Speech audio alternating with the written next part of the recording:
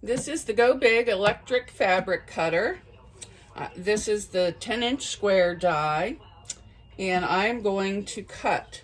You only need to cut where the dies are, right here. And I'm just going to do 2 layers of fabric, just going to lay it on there. I put my mat. The mat is sold separately from the die, so you would have to purchase that. Just set it on there, turn it on. Oops, I got to turn on the plug first.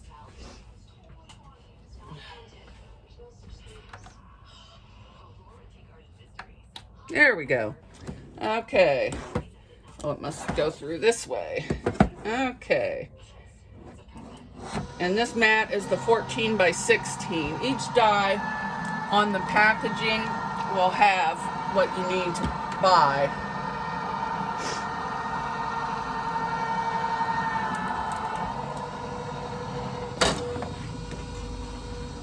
Okay. Now you just pull it off. You don't lift up.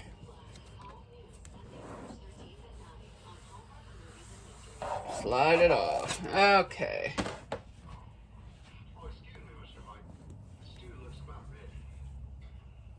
And there we have 2 perfect 10-inch squares.